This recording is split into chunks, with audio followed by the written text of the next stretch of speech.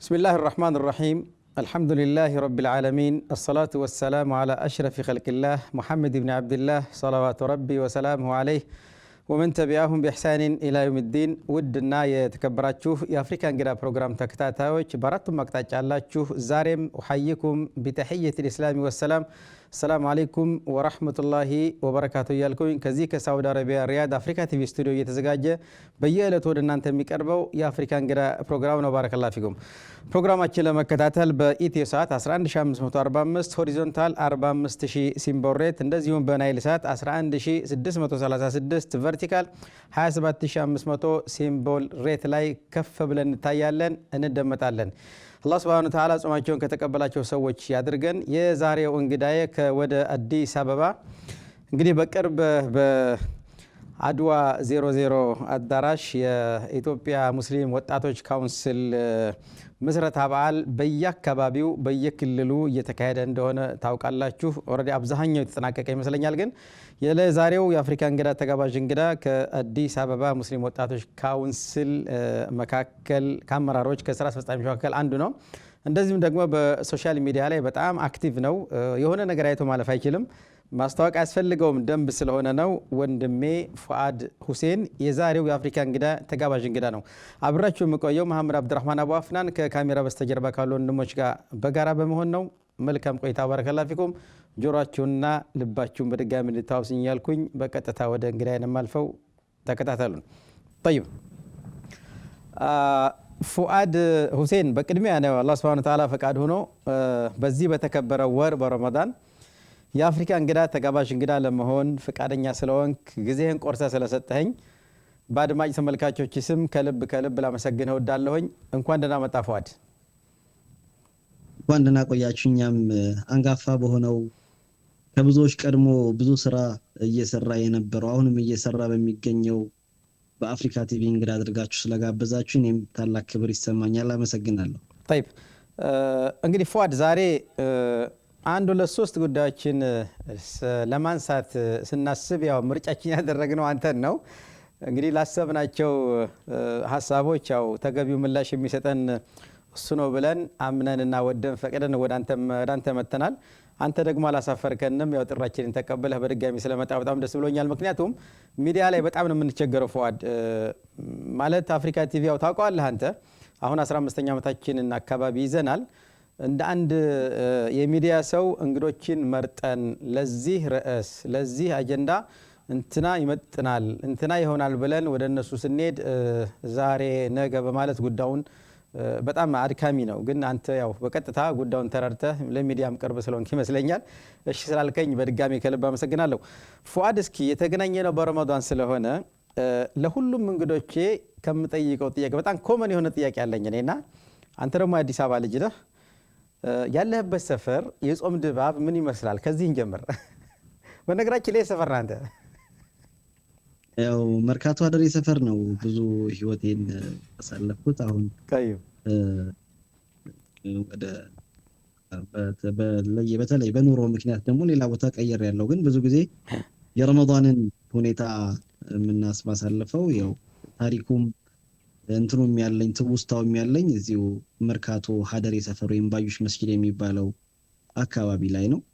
ከዛ እንደሚታወቀው ኦልሞስት ሰፈሩ 99.9 በሚባል ደረጃ የሙስሊም ማህበረሰብ የሚኖርበት በጣም ሶሻብል የሆነ ሙስሊም ሶሳይቲ ያለበት ኤሪያ ነው። ገና ከመግባቱ ጀምሮ አካባቢው በእርችት ይደምቃል። በተለይ ነገር ረመዳን ሊሆን ሲል ዛሬ ሌሊት ላይ ሰው በጣም ሽሩ ጉዱ በጣም የተለየ ነው። በጣም ልዩ ዝግጅቶችን ታያለ። ሰዎች ቤቱን ከማጥራት ጀምሮ አካባቢው ላይ 5 እህትማማች መስጊዶች አሉ። እነዚህ መስጊዶች ምንጣፎቻቸው ይታጠባሉ፣ ቀለም ይቀባሉ፣ ምንጣፍ ይቀይራል። ለተራዊ የሚሆኑ ኢማሞች ይመረጣሉ እና በጣም ደስ የሚል ድባቡ ልዩ የሆነ ምናልባት አዲስ አበባ ውስጥ ከሚገኙ ጥቂት ሰፈሮች ሊባል በሚችል መልኩ በጣም ድባቡ የተለየ አካባቢ ነው ብዬ መውሰድ እችላለሁ። ስለዚህ አንተ ባጭሩ የት ሰፈር ልጅ ነህ ስትባል የመርካቶ ሰፈር ነው የምትለው? አዎ እኔ ባዩሽ ሀደሬ ሰፈር ባዩሽ መስጊድ ነው። ባዩሽ ጀማ በነገራችን ላይ በጣም የታወቀ ነው። ባረከላሁ ፊሁም አላህ ይባርካቸው ብርታቱና ጽናቱን ይስጣቸው። የባዩሽ ጀማ ማሻአላ የተጨበጨበለ ጀማ ነው። በተለይ የሞጣ ጊዜ ገንዘብን እንደ ውሃ በበርሜል ሰብስቦ ታሪክ የሰራ መስጂድ ነው። በድምጻችን ይሰማ እንቅስቃሴ ትግልም ሰፊ ማህበረሰባዊ ግልጋሎት የጽናት ተምሳሌት ሆኖ ትግልን በሰፊው እንትን ሲል የነበረ አካባቢ ነው። በነገራችን ላይ ፏድ ሐቅ ነው። እውነቴን ነው የምልህ እኔ እምልህ በተለያየ ጊዜ ሶሻል ሚዲያ ላይ በምንከታተላቸው እዛ አካባቢ የባዩሽ አካባቢ መስጊድ ጀማ አካባቢ ሰራህ ነው የምልህ እኔ እንደው ምናልባት ይሄንን ፕሮግራም እየተከታተሉ ከሆነ የነሱ አይነት ጠንካራ ልጆች ወጣቶች ያስፈልጉናል።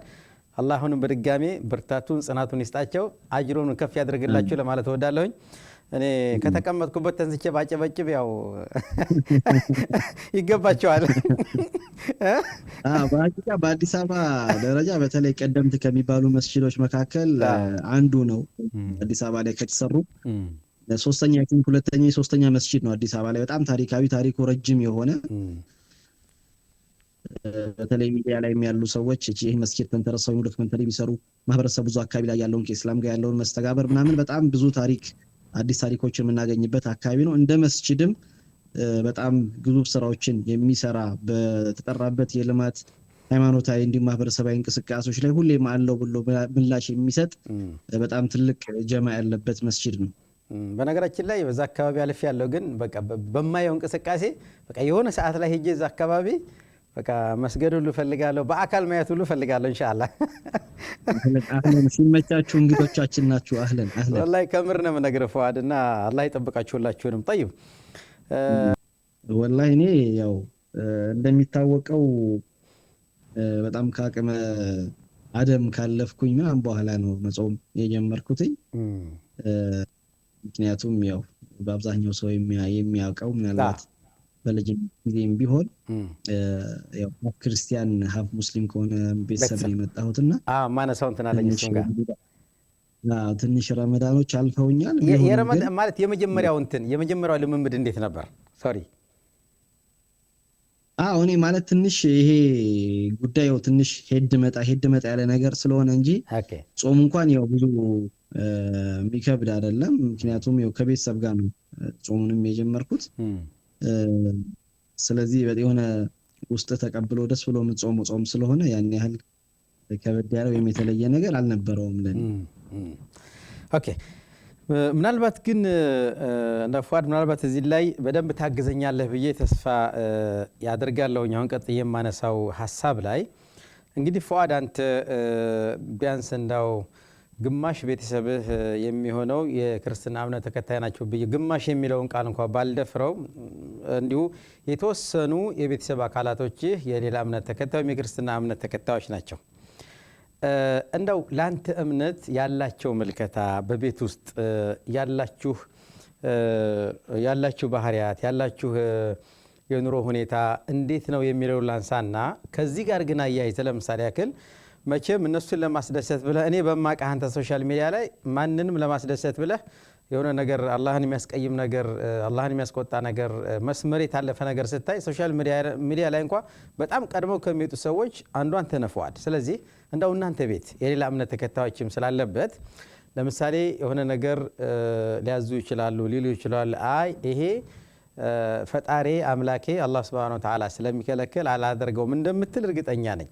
ግን ደግሞ አንዳንድ ቦታ ላይ ፉአድ በጣም የምናከብራቸው ሰዎች እማንጠብቃቸው ሰዎች ትላልቅ መድረክ ላይ ሲጋበዙ አንዳንድ ጊዜ በቃ ፈጣሪ ብለው የሚያልፉት ነገር አለ። እኔ በጣም ግራ ይገባኛል።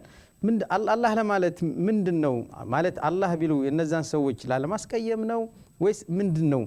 እናንተ ቤት እንዲህ አይነት ነገር አለ ፉአድ? ሐሳቤን ተረድተኛል? በጣም ገብቶኛል። ያው ሀፍ ሲባል እንግዲህ ያው ነገሩንም ለማብራራት ያክል አሁን ላይ ያው እናቴም አባቴም አስሉ ሙስሊም ነው። ያው እናቴን አትሰልምቴ እነዚህ በቤተሰብ ይሄ በጣም ክሎዝ ምለው ቤተሰብ ያው ለእህቶቼም እኔም እናቴም አባቴም ኦሬዲ እስልምና ውስጥ ያለን ሰዎች ነን። ግን ደግሞ በእናቴ በኩል ያሉ ሰዎች ኦሬዲ 99.9% የኦርቶዶክስ እምነት ተከታዮች ናቸው። በጣም በሚገርመው ልኬት ነው አንዳንዴ ይሄ መድረኮች ላይ የሆኑ ስቴፖች ላይ ምናምን የሚወሩ ኢትዮጵያን የድሮይቷ ኢትዮጵያ የመከባበር መተሳሰብ መቻቻል መተላለፍ ምናምን የሚባል አይነት አማርኛ እዚህ እኛ ፋሚሊ ውስጥ አለ ብዬ መናገር እችላለሁ። ምንድነው ይሄ የእምነት ልዩነቶቹም ቢኖሩ የእምነት የሁለታችንም ድንበሮች ቢኖሩም ግን ቤተሰባዊነታችን ላይ ምንም አይነት ችግር አልፈጠረም። ምክንያቱም በጣም አሳድገውኛል። ልጅ ሆኜ እነሱ ጋር ነበርኩኝ። ያላቸውን ሁሉ ሰጥተው ነው ያሳደጉኝና አሁንም እምነትም ተቀይሮ ቢሆን እዛ ቦታ ላይ ሲሄድ ሐታ ቤታቸው አንጥፌ ነው የምሰግደው። ቤቱ ላይ በጣም ሃይማኖተኛ ቤተሰብ ያለበት ቤት ነው እና በተለይ ያሳደገችው ያው በክርስትናው እምነት ይታወቃል። ምንኩስና የሚባል ደረጃ ላይ የደረሰች ብርሃን ነው ትባላለች። በጣም የምወዳት ብቻም ሳይሆን ሐቂቃ በጣም ብዙ ነገሮችን አሳልፌ ልሰጣት የምችል ሂዳያ እንኳን በእኔ እጅ ቢሆን ኖሮ ሐቂቃ ነገ ዛሬ 2 ደቂቃ እንኳን ሳልቆይ ምድር ላይ ካሉ ሰዎች ቀድሜ የምሰጣት ሰው ናትና እዛ ቤት ላይ ሐታ ሰላት እንኳን ሲደርስ ብኝ አለማጋነን ነው ባይዘው የዚህ ሚዲያ ላይ ስለሆነ አይደለም። ሂዳያ ባላህ እጅ ነው። አብሽር ፏድ ሂዳያ ባላህ እጅ ነው። አብሽር እንትኗን ካባዋን ጭምር አውልቃ ነው እንድሰግድበት። እስላሞች ንጹህ ልብስ ነው የሚፈልጉት ለጸሎታቸው ለሰላታቸውና እስኪ ያልተነካካ ልብስ ፈልጉ ብላ ነው የምትፈልገው። አላሁ አክበር። እና እዚህ ድረስ መከባበሩ አለ። ሚዲያ ላይ እንደሚታወቀው እንግዲህ አቋሚ ግልጽ ነው። በእስልምናና በሙስሊሞች ላይ ይመጣ ማንኛውም አይነት ድንበርን የምታገስበት እንትኑ የለኝም።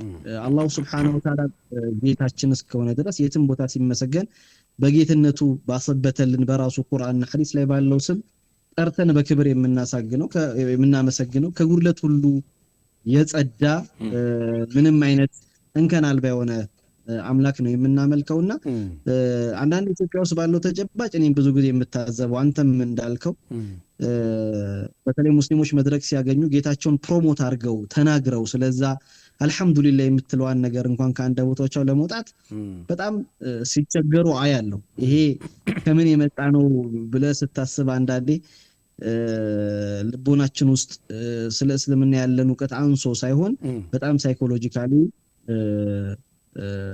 የመጉዳታችን ካለፈው ስርዓት ወይም ያጼው ስርዓት ጋር ተያይዞ የሚመጡ ሲወርድ ሲዋረድ የመጣ አንዳንድ የታሪክ ውርርሶች አሉ። እሱ በጣም መቀየር አለበት ብዬ አስባለሁ። ታክሲ ውስጥ አንድ ሰው ሲያስነጥስ ሐታ አልহামዱሊላህ ማለት የሚታፈርበት፣ ታክሲ ውስጥ ስትገባ አንድ ሙስሊም ወንድምህን እህትን ስታይ አሰላሙ አለይኩም ማለት የሚታፈርበት ዘመን። አሁን ላይ ግን አይ ቲንክ እንደዚህ አይነት ነገር በጣም እያበቃ ብዙ የብዕር ባለቤቶች ብዕሮቻቸውን አንስተው ብዙ ትምህርቶችን ብዙ ያለፉ ታሪኮችን የኢትዮጵያ ሙስሊሞች ታሪካቸው እንደተጻፈው ሳይሆን ያልተጻፈው ታሪካቸው ሀያልነታቸው እንደሆነ ጭምር አሁን እንደ አዲስ የተጻፉ የመጡ ነገሮች አሉና በጣም መሻሻሎች አሉ። ቢሆንም ግን አንድ አባባል አለ፣ እኛ ጨቋኞቻችን የጨቆኑን መጨቆናችንን እንኳን እስክንረሳ ድረስ ነው የተባለ አባባል አለና ይሄ ምክንያት ነው ብዬ አስባለሁ። ግን አይ ቲንክ በእኛ ቤት ላይ ያለው የመከባበር ስሜት በሐቂቃ አንድም ቀን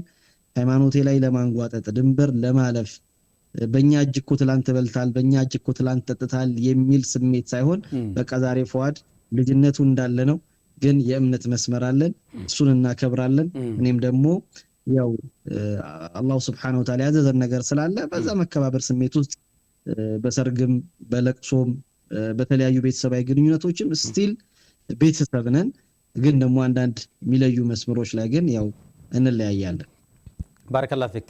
አላህ ሱብሓነሁ ወተዓላ የቀሩትን እኔ እንግዲህ ትልቅ ወር ላይ ነው አሁን ይሄን ፕሮግራም እንትን እያልን ያለ ነው። በጣም ረመዳን ወር ላይ ነው። አላህ ሂዳያ ባላህ እጅ ነው። ምክንያቱም ረሱል ሰለላሁ እንደዛ የሚወዱት አጎታቸው አቡ ጣሊብን እንኳን ሂዳያ በሳቸው እጅ ቢሆን ሰጥተውት ነበር። ባላህ እጅ ስለሆነ ግን ኢነከ ላ ተህዲ መን አሕበብተ ወላኪነ አላህ የህዲ መን የሻእ ያላቸውና ሂዳያ ባላህ እጅ ነው። አብሽር አይዞህ። የቀሩትም ሁላችሁም ዱዓ እንድታደርጉ አይ ቲንክ አንዳንድ ህመሞች የግድ የኔ ጫማ ላይ ካልሆንክ በስተቀር አይገቡህም። ሐቂቃ በእኛ ሙስሊሞች ውስጥ ለሰዎች ከምንሰጠው ትልቁና ዋነኛው ቁጥር 1 ወይም መልካም ምኞት ሻህዳ ወይም ሂዳያ። በተለይ የራስ ቤተሰብ ማለት አክስትን ስትጠራ የእናት ምትክ ናት። የአክስት ልጆችን ስትጠራ ልክ እንደ ወንድም እንደ እህት ናቸው። አያቶችን ስትጠራ እንደ እናት እንደ አባት ናቸው። እነዚህን ሰዎች ምናልባት ዱንያ ላይ ባላቸው እምነት መሰረት ዱንያን ሲላቀቁ ነገ አላህ ዘንድ ምን አይነት ነገር እንደሚያገኙ ሲታስበው ሐቂቃ በጣም ህመም አለውና የረመዳንም ስለሆነ ሁላችሁም እጃችሁን ከፍ አድርጋችሁ እንግዲህ ይሄንን ዱዓ እንድታደርጉልኝም ወስያዬም ነው። እንግዲህ አብሽራ ይዞ ኢንሻአላህ የቀሩትንም አላህ Subhanahu Wa Ta'ala ትክክለኛው መንገድ እንዲመራቸው ዱዓ እናደርጋለን። ምናልባት አድማጭ ተመልካቾችም ያው መልእክትን ሰምተዋል ተስፋ አደርጋለሁኝ። የቀሩት ቤተሰቦችን ኢንሻአላህ አላህ Subhanahu Wa Ta'ala አንተ ወደምትወደው ወደ ተምትከተለው መንገድ እንደሚመጡ ኢንሻአላህ ተስፋ እናደርጋለን። አላህንም እንለምናለን። እኔ በነገራችን ላይ በደንብ ነው የምረዳህ። ታሪኩ ብዙ ነው ፉአድ። ከ20 ምናምን አመት በኋላ አንዲት የተገኘች ታናሽ እህት ያለችና ጭራሽ በህይወት የለችም ተብሎና መጨረሻ ላይ ግን ያው ፈረንጅ ሀገር ነበረች፣ መጣች፣ ተገናኘን። ጭራሽ ሃይማኖት አልባ ሁና ነው ያገኘኋት እና ገብቷል አይደል? እኔ እረዳሃለሁኝ። አሁን ገብቷል። መታዝህ እኔን ስታይ ቤተሰቦቿን ሳስረዳት ስነግራት ስለኔ አንዳንድ ነገሮችን ስትሰማ በጣም እንትን የሆነችውና እኔም እረዳሃለሁኝ። እና እቺ ከእናት ከአባቴ የተወለደች ልጅ ጭራሽ ሃይማኖት አልባ ሆና ነው ያገኘኋትና እረዳሃለሁኝ። እኔና ልክ ያንተ አይነት ሰዎች ምናልባት ደግሞ የበለጠ ጉዳዩን ይረዱታልና አላህ Subhanahu Wa Ta'ala ለሁሉም ሂዳ እንዲሰጣቸው አላህን ለምናለን። ፉአድ طيب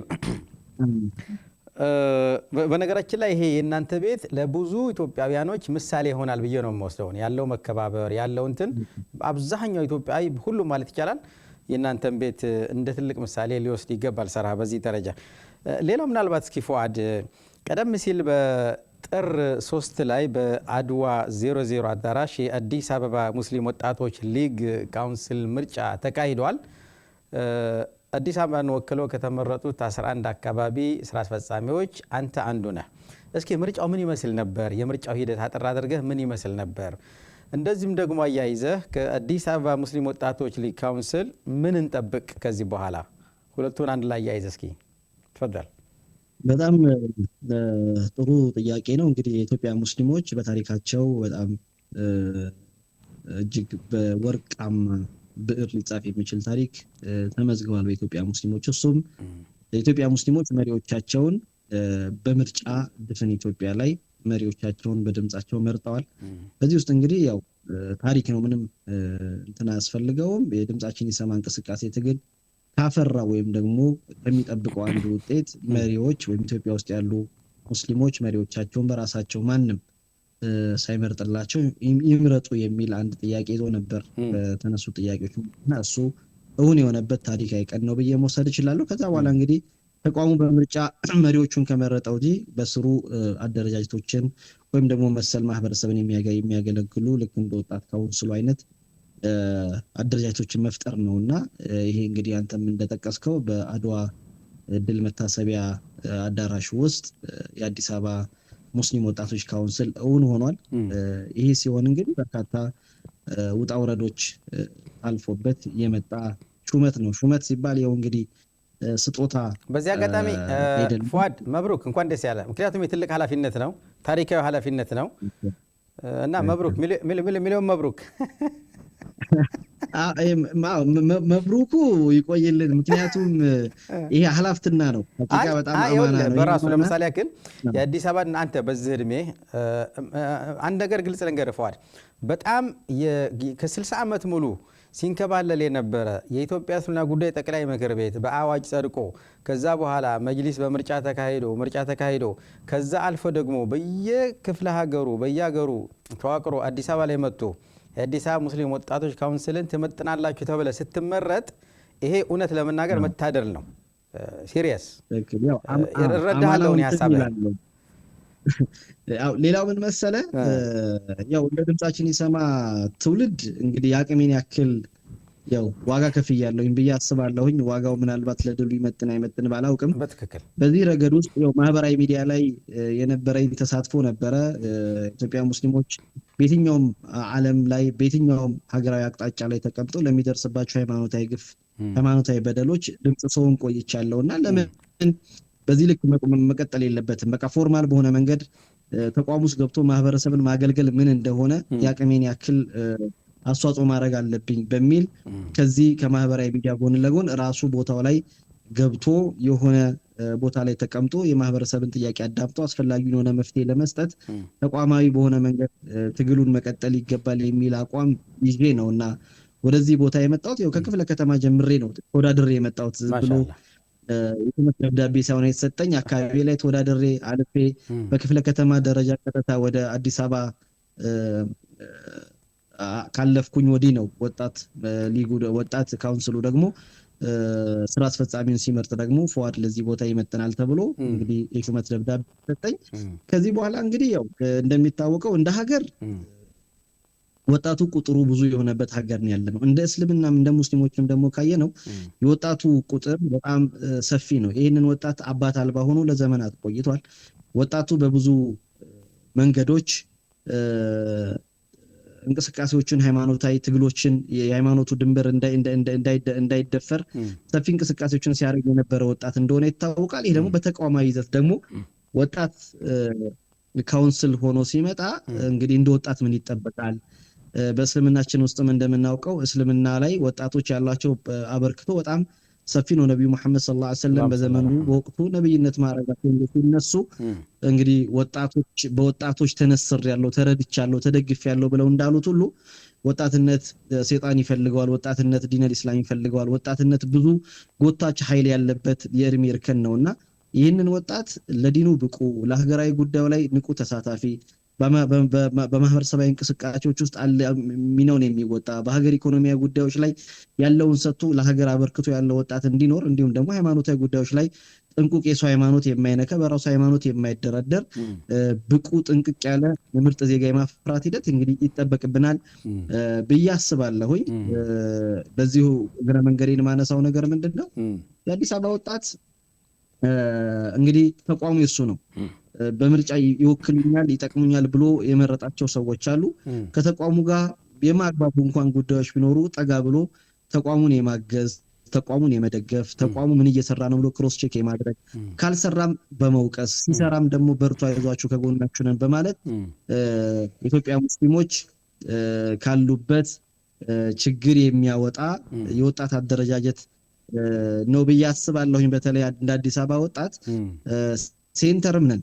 በነገራችን ላይ አዲስ አበባ ላይ የሚሰሩ ማንኛውም ክንውኖች በኢትዮጵያ ጠቅላላ በአራቱ አቅጣጫ ያሉ ወጣቶችን የሚወክል እንቅስቃሴ የሚጠበቀው ከዚህ ከመሆኑ ጋር ኃላፊነቱ ከሌላው የወጣት አደረጃጀት እጥፍ ድርብ ስለሆነ ከዚህ በኋላ ወጣቶችን በአላሁ ሱብሓነሁ ወተዓላ ፍቃድ ከሱስ የማላቀቅ ወደ አላህ ቤት የመመለስ አካላዊ ስነልቦናዊም ጠንካራ የሆኑ ሙስሊም ወጣቶች እንዲኖሩ የማድረግ በትምህርት ረገድ ጠንካራ ተማሪዎች ጥሩ የትምህርት እርከኖችን የሚያልፉ ወጣቶችን የመፍጠር እንዲሁም ደግሞ በተለይ በቂራአት ወደ መስጂድ ወጣቶች ተመልሰው ለእስልምናቸው ዘብ የሚቆሙ ኢኮኖሚካሊም ቢሆን እንግዲህ የሥራ ፈጠራን በማበረታታት ረገድ ላይ ወጣቱ ራሱን ችሎ ቤተሰቡን ደግፎ እንደ ሀገርም በሀገራዊ ኢኮኖሚ ጉዳዮች ላይ ራሱን አስተዋጽኦ እሴት የሚጨምር ወጣትን እንፈጥራለን የሚል ሰፊ ዓላማ ይዘን ነው እየተንቀሳቀስን ያለ ነው። ኢንሻአላህ አላህ ይገዛችሁ። በጣም ትልቅ እንትን ነው።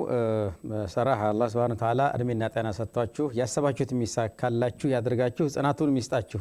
ምክንያቱም ይሄ ፉአድ አንተ እንደምታየው እዛም እዚህም እንዲሁ ዝም ብሎ በሶሻል ሚዲያ እዛም እዚህም የነዙም ይወርና ብዙዎች ናቸውና ያን ሁሉ ተቋቁማችሁ በግራ በቀኝ የሚወረወሩ አላስፈላጊ የሆኑ ቃላቶችን ንግግሮችን መልእክቶችን ጭምር ተቋቁማችሁ አላህ ጽናቱን ሰጥቷችሁ ይሄን የተረከባችሁትን አማና ጥሩ ደረጃ ላይ አድርሳችሁ ደግሞ ለቀጣይ ትውልድ የምታስተላልፋላ አድርጋችሁ እያልኩኝ ወደ ቀጣይ ሐሳብ ያልፋለሁኝ።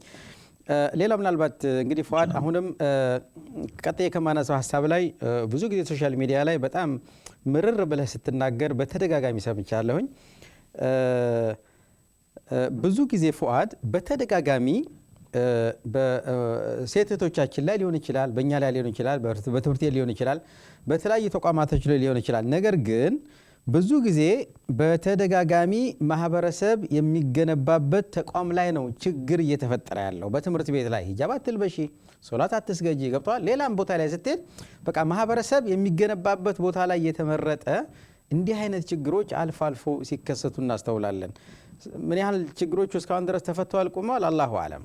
በሂደት ወደፊት የምናየው ነገር ነው የሚሆነውና እንደው ይሄ ነገር ምናልባት የኛ የተቋም መላላት ወይም ደግሞ እነዚህን እዛም እዚህም እንትን የሚሉ አካላቶችን ተከታትሎ በህግ ፊት ስላላቆመ ነው ወይስ ምንድነው? በቃ መፍትሄው ምን ሊሆን ይችላል? እንደሚታወቀው እንግዲህ ኢትዮጵያ ውስጥ ያለው የሃይማኖት ጭቆና ወይም ደግሞ የሃይማኖት መጋፋት በተለይ ሙስሊሙ ማህበረሰብ ላይ ምናልባት አሁን ላይ በአንዳንድ ጉዳዮች ትንሽ የተሻለ ቢመስልም ግን ዞሮ ዞሮ በተለይ ከኢኮኖሚው ከማህበረሰባዊ እንቅስቃሴዎች ጭምር የማግለል እንቅስቃሴዎች አሉ። እነዚህ እንቅስቃሴዎች በተለይ ደግሞ ትምህርት ቤቶች ላይ ምክንያቱም እንደሚታወቀው ትምህርት ቤት ትውልድ የሚቀረጽበት የነገ ሀገር ተረካቢዎች የሚፈሩበት በእውቀት በማሰላሰል የሀገርን ፍቅር ይዘው የሚወጡበት በጣም ሰፊ ትውልድን የምንቀርጽበት ቦታ ከመሆኑ ጋር ተያይዞ ከአጼው ስርዓት በተለይ ከአጼ ኃይለ ሥላሴ ስርዓተ መንግስት ጀምሮ ሙስሊም ማህበረሰብ እንዳይማር ከተማረ ንቁ የሀገር ባለቤትነት ስሜትን ጥያቄን ያነሳል የሚል ሰፊ የተንሸዋረረ እይታ ስለነበረ ሙስሊሙን እንዳይማር ቢማርም ደግሞ ከትምህርት ገበታው እንዴት አድርገን እናርቀው ውጤታማ እንዳይሆን እንዴት እናርገው የሚል በጣም ስትራቴጂ ተነድፎ እየተሰራ ያለበት ነው። ይሄም ደግሞ አንዳንዴ የመንግስት መዋቅር ውስጥ በሚገኙ በተለይ በጣም በሚገርም ሁኔታ በብዙ ጊዜ የመንግስት መዋቅር እንግዲህ አንድ የትምህርት ሚኒስቴር የሚባል አንድ የመንግስት መዋቅር አለ። እዛ ውስጥ የሚመጡ ደግሞ በዘመናት በተርታ የሚመጡ የሚኒስቴሩ መስሪያ ቤት ሚኒስትሮች በጣም በሚያስቅም በሚገርም ሁኔታ ሰላት አጀንዳቸው ነው፣ የትምህርት ጥራት አጀንዳቸው ሆኖ አያውቅም። ሂጃብ አጀንዳቸው ነው፣ የትምህርት ጥራት አጀንዳቸው ሆኖ አያውቅም። ሰላት አጀንዳቸው ነው፣ የትምህርት ጥራት አጀንዳቸው ሆኖ አይታወቅም። ግን የሙስሊሙ ሰላት፣ ጾም፣ ሂጃብ፣ ጅልባብ፣ ኒቃብ ግን የነሱ አጀንዳ ነው። አንድ ሰው በትምህርት ትውልድን ለመቅረጽ ሲያስብ ወይም ደግሞ የህዝብ አማናን ተቀብሎ በሚኒስቴር ማዕረግነት ደረጃ ላይ ወይም አንድ ተቋምን ሲመራ ፎከስ ማድረግ ያለበት ትውልዱ እንዴት ሆኖ ለሀገር ለወገን ለእምነቱም ጭምር እንደ ሀገር ጠቃሚ የሆነ ትውልድ እንዴት እንፈጥራለን ብሎ ማሰብ ሲጀምረው እንዴት ሰላት እንከለክላለን የሚል አጀንዳ፣ እንዴት ሂጃብ እናስወልቃለን የሚል አጀንዳ፣ ያውም ደግሞ ፈተና እየተጠበቀ ሁልጊዜ የሚመጣ ነገር አለ። በዚህ ረገድ ላይ እንግዲህ የመጀመሪያውን ኃላፊነት መውሰድ አለብን ብዬ ማስበው እኛው ራሳችን ነን። አንደኛ በተቋም ደረጃ ጠንካራ ተቋም አልነበረንም። እንግዲህ አሁን አልሐምዱሊላህ ህዝባዊ ውክልና ያለው ሀገር ሳር ምድሩ የሚያውቀው ህጋዊ ውክልና ያለው ተቋም ኖሮናል። በአዋጅ የተቋቋመ ተቋም ነው ያለን። ስለዚህ አሁን ተቋሙ ጥርስ አውጥቶ መናከስ ባለበት ቦታዎች ሁሉ ተነክሶ የወከለውን የዚችን ሀገር ከግማሽ % በላይ ወይም ከ70 ሚሊዮን በላይ የሚጠጋ ሙስሊም መብት የማስከበር ትልቁን ኃላፊነትና ድርሻ የሚወስደው ይህ ተቋም ነው ብዬ አስባለሁ። ከዚህ ጋር ግን ተያይዞ ምንድነው ሙስሊም ማህበረሰብ የሚሸረብበትን ሴራ ከትምህርት ገበታ የማራቅ እንቅስቃሴ ንቁ ሆኖ እንዴት ነው መከላከል ያለብኝ? ውጣ ስባል እወጣለሁ፣ አትስገድ ስባል ባለመስገድ ትምህርትና ሰላትን ውድድሩ ታስገባለሁ የሚል ሳይሆን እየሰገደ መማር እንደሚችል ማሳየት፣ ፊቷን ተሸፍና ውጤታማ መሆን እንደምትችል በማሳየት፣ ጸጉሯን ተሸፍና ውጤታማ መሆን እንደምትችል በማሳየት፣ ከሰላት በመራቅ ውስጥ የሚገኝ ልዕልና እንደሌለ ጭምር በማሳየት የትግሉ አካል ነው መሆን ያለበት። በተለይ እዚህ ጋር ሳላነሳ የማላልፈው ነገር ምንድነው በተለይ የተማሪ ቤተሰቦች የተማሪ ወላጆች በቃ ሰላት ይደርሳል የት ሄድብሻል፣ ሂጃብ ይደርሳል ነገ ተምረሽ ትምህርት ግን አይገኝም እየተባለ ጭራሽ የነዚህ የኢስላም ጠሎችን እንቅስቃሴ የሚደግፉ አንዳንድ ባለማወቅ ነው በነገራችን ላይ የሚደግፉ የሙስሊም ተማሪ ወላጆች አሉ። እናንተ አላህ Subhanahu Wa Ta'ala ልትፈሩ ነው የሚገባው። እንዲህ አይነት ልጆች ያሏችሁ በትምህርት ገበታዎቻችሁ ላይ ሰላት አትስገዱ ብለው የሚዋከቡ ልጆች ካሏችሁ፣ ኒቃባችሁን አውልቆ የሚባሉ ልጆች ካሏችሁ ከልጆቻችሁ ጎን በመሆን እንዲሁም ከተቋም ጋር በመናበብ የትግሉ አካል ሆኖ መብት ነው እየተጠየቀ ያለው መብት ነው። ይሄ በነገራችን ላይ በጣም የኛ እስላማዊ ጉዳዮች ለምሳሌ ሂጃብ ሲደረግ የሚታይ ነገር ስለሆነ ይገናል። ሰላት ምን እንደሆነ ይታወቃል። ሌሎች ቤተ እምነት የሚከተሉ ተማሪዎችም ጭምር ለምሳሌ የኢትዮጵያ ኦርቶዶክስ ተዋሕዶ ቤተክርስቲያን እምነት ተከታይ የሆኑ ተማሪዎች አንገታቸው ላይ ክር ያደርጋሉ፣ መስቀል ያደርጋሉ። ያ ማለት ሲምፕሊ እስልምና ውስጥ እንደ ሂጃብ ነው የሚወሰደው። ምክንያቱም አንደኛው ሃይማኖታዊ የሆነ ድንጋጌ ስለሆነ። ስለዚህ አንድ የኦርቶዶክስ እምነት ተከታይ መስቀሉ የመማር ማስተማር ሂደቱን ወይም ክሩ የመማር ማስተማር ሂደትን እስካላገደ ድረስ እስካላወቀ ድረስ ሂጃብና ኒቃብ ሊያግድ አይችልም። እዚህ ቦታ ላይ ብዙ የሚነሱ ጥያቄዎች አሉ። ማሜ እግረ መንገድ ላንሳው። ብዙ ሰዎች ሂጃብ አልተከለከለም ኒቃብ ነው የተከለከለው የሚል መከራከሪያ ሐሳብ ይዘው ይመጣሉ። በነገራችን ላይ የሂጃብ ሸሪዓዊ ትርጓሜውን የትምህርት ሚኒስቴር ወይም ደግሞ አንዳንድ የሌላ እምነት ተከታዮች አይደለም ዲፋይን የሚያደርጉልን።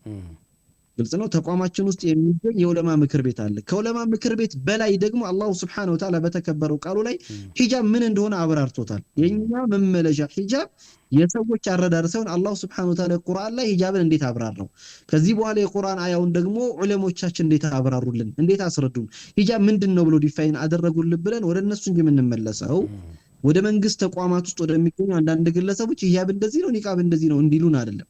ሌላኛውን አማራጭ ልሰጥህ የምወደው ምንድነው ብዙ ጊዜ የሚነሳው ከሂጃብ ጋር በተለይ ከኒቃብ ጋር ተያይዞ የሚነሳው የሴኩሪቲ ኢሹ ነው።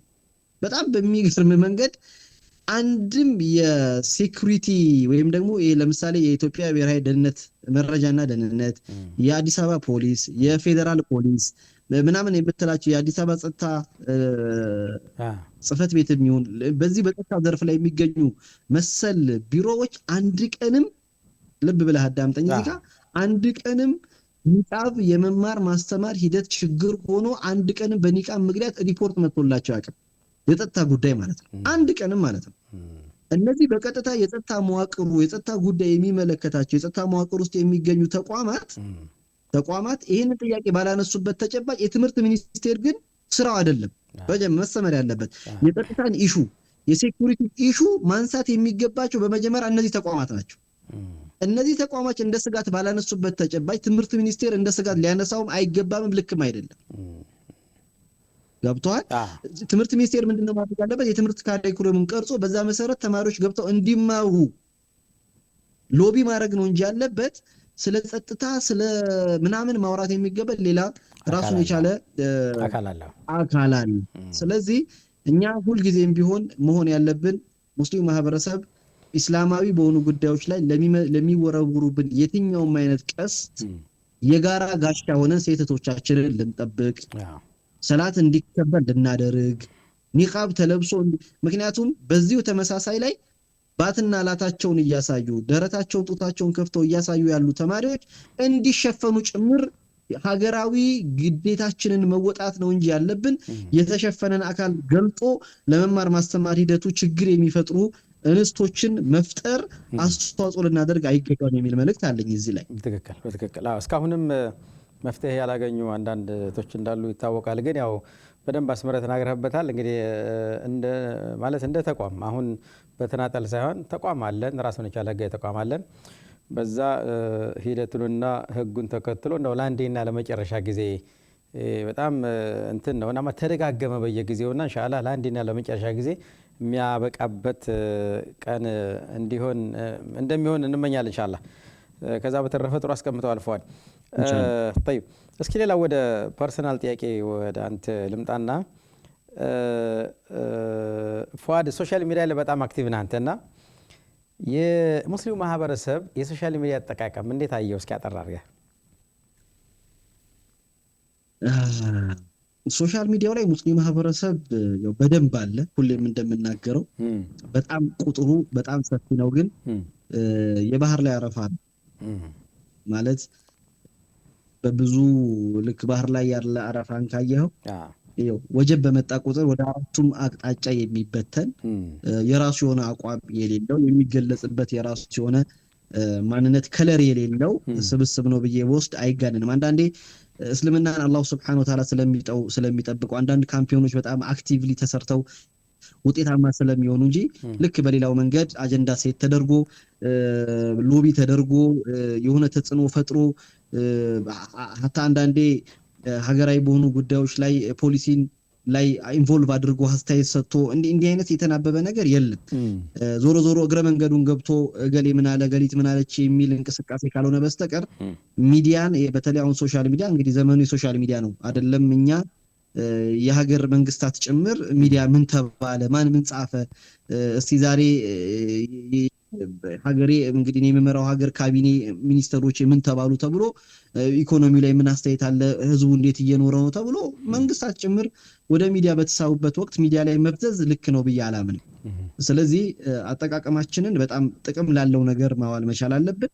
በተለይ ፌስቡክም አሁን ቲክታክ ፕላትፎርምም ዩቲዩብም ትዊተርም መሰል የሆኑ የማህበራዊ ሚዲያ ፕላትፎርሞች አሉ። እነዛ ላይ በጣም ንቁ ተሳታፊ መሆን አለብን። ፖለቲካሊም ኢኮኖሚካሊም በኢኮኖሚያዊ ዘርፎችም በማህበራዊ እንቅስቃሴዎችም ንቁ ተሳታፊዎች ሆኖ የሆነ ነገር ምን ጨምር እንጂ የሰዎችን አጀንዳ የምንቀበል ሰዎች መሆን የለብንም ብዬ አስባለሁ። በጣም በሚያሳዝን መልኩ ግን አሁንም እነገሌ ምናሉ እንጂ እኔ የሆነ ነገር ብዬ እንደ አንድ ሙስሊም ያንን ነገር ሰዎች ትሬንድ አድርገው ተከትለውት ችግሬንም ሊሆን ይችላል፣ ደስታዬንም ሊሆን ይችላል፣ የተቋም ጉዳይ ሊሆን ይችላል፣ የማህበረሰባዊ ጉዳዮችንም ሊሆን ይችላል እያነሱ ተጽዕኖ መፍጠር ላይ አጀንዳ መስጠት ላይ ሐሳብን መሸጥ ላይ ነው ትኩረት መደረግ አለበት ብዬ እንደ ብዛታችን በዛ ልክ ቢሆን የተሻለ ነው ብዬ አስባለሁ። ቁጥራችን በደንብ አለ፣ ግን አጠቃቀም ላይ በጣም ሰፊ ክፍተት አለ ብዬ መውሰድ እችላለሁ።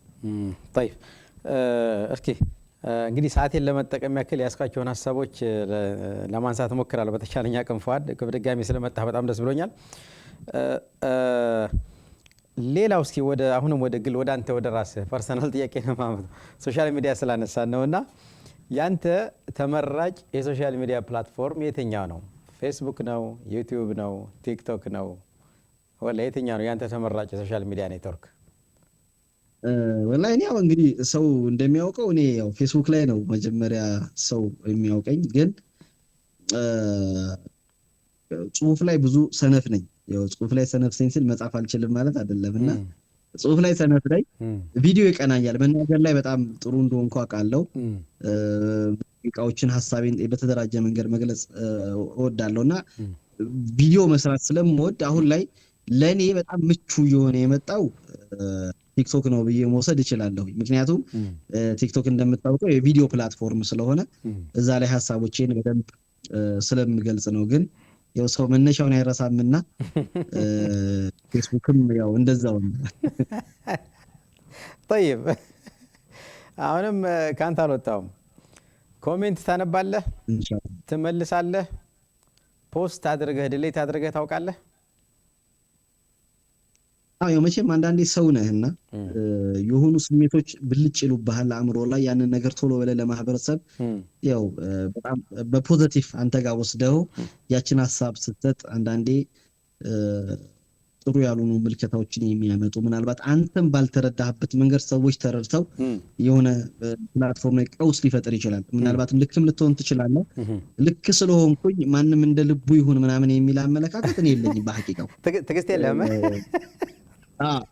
ምክንያቱም ለሰዎች ነው ሀሳብን የምትሰጠው፣ ሰዎች እንዲረዱ ሙከራ ታደርጋለህ። ከዛ የባሰ ግን ያልተገቡ ቀውሶችን የሚያመጡ ከሆነ ቪዲዮዎችን ያጠፋውባቸው ጊዜዎች አሉ።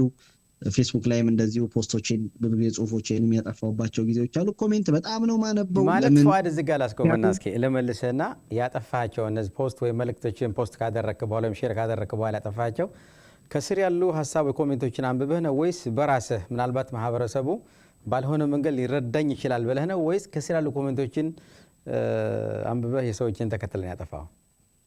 አሁን ለምሳሌ ምን አይነት ማህበራዊ ሚዲያ ላይ ምን አይነት ቤተሰቦች አሉ መሰለህ? አንዳንዴ በውስጥ ይመጡና ከፖስትህ በኋላ ፏዴ እንደዚህ አይተኸዋል፣ ይሄ እኮ ልክ አይደለም፣ ከዚህ አንጻር አይተኸው ከሆነ አሁን ላይ በተናገርከው ልክ ልትሆን ትችላለህ፣ ግን ደግሞ ከዚህ በኋላ ከዚህ ወቅት በኋላ ደግሞ እንዲያ ነገሮች ሲመጡ ደግሞ ይሄ ነገር ጉዳት ያመጣል ምናምን ብለው ሰዎች ደውለውም በውስጥም ኮሜንት የሚሰጡ ሰዎች አሉ። አንዳንዴ ግን ከፖስቶቼ ስር እኔ አንድ ጽሁፍ ጽፌ ወይም አንድ ቪዲዮ አስቀምጬ እኔ ኮሜንት ሐቂቃ እኔ 1000 ኮሜንት ቢኖር እመነኝ 60 እና 70% ኮሜንቴን አነባለሁ።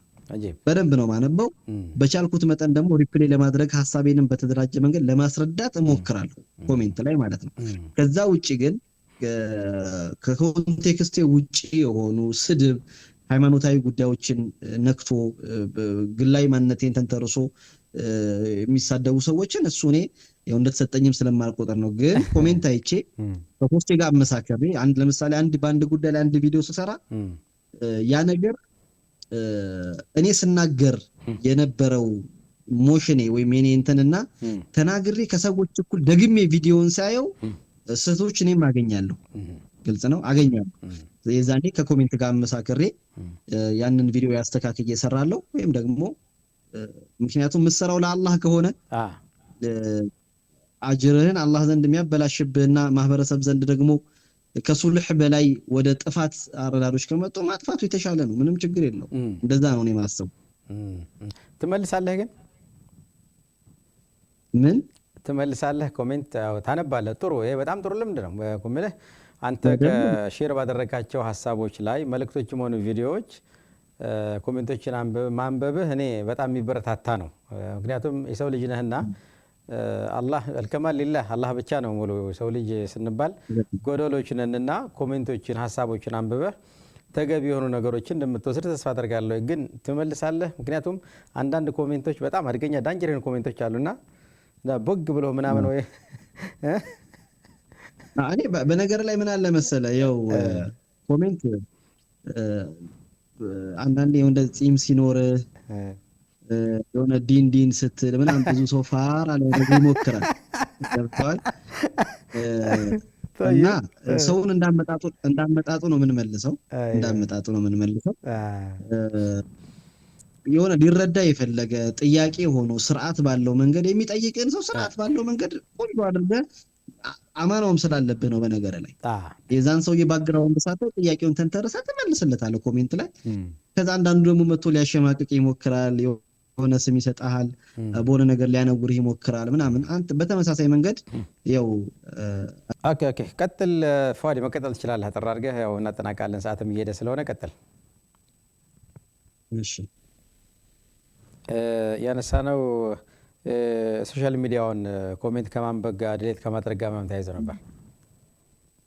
እኔ በደንብ ነው እንግዲህ እንዳልኩ ኮሜንት በጣም ነው ማነበው፣ ሪፕሌይ በደንብ አደርጋለሁ። ቪዲዮዎች ላይ ወይም ደግሞ ፖስት ማድረጋቸው ነገሮች ላይ ስህተቶች ካሉ ኮሜንቶች ጋር መልካም ወንድሞች አሉ በውስጥም መተው ሐሳብ የሚሰጡኝ። ያንን ሐሳብ ከቪዲዮ በኋላ አንዳንዴ ቪዲዮ በስሜታዊነት ልትሰራ ትችላለህ፣ ጽሁፍን በስሜታዊነት ትችላለህ። አንዳንድ ችግሮች ሊኖሩ ስለሚችሉ ያንን ረጋ ብዬ መልሼ አርሜያለሁ። ምክንያቱም ሰው እናጠፋለን፣ እንሳሳታለን።